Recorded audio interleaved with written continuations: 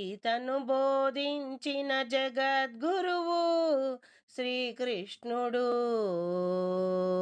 అష్టాదశ పురాణాలు రచించిన వేదవ్యాసులు, ఆదిశంకరులు, రామానుజ మధ్వాచారులు,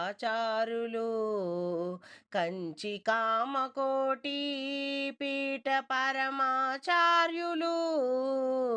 జగద్గురువులు, ఎందరో మహనీయుల గురుం పరంపరతో పులకరించినది భారత జాతి.